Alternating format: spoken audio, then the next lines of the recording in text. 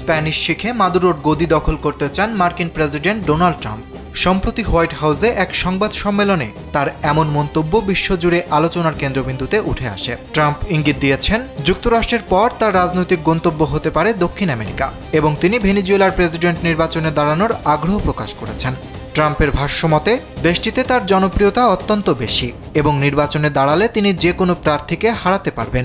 এ সময় তিনি রসিকতার ছলে দ্রুত স্প্যানিশ শিখে নেওয়ার কথাও বলেন। ভাষা শিখতে তিনি বেশ পটু, তাই খুব বেশি সময় লাগবে না বলেও উল্লেখ করেন মার্কিন এই প্রেসিডেন্ট।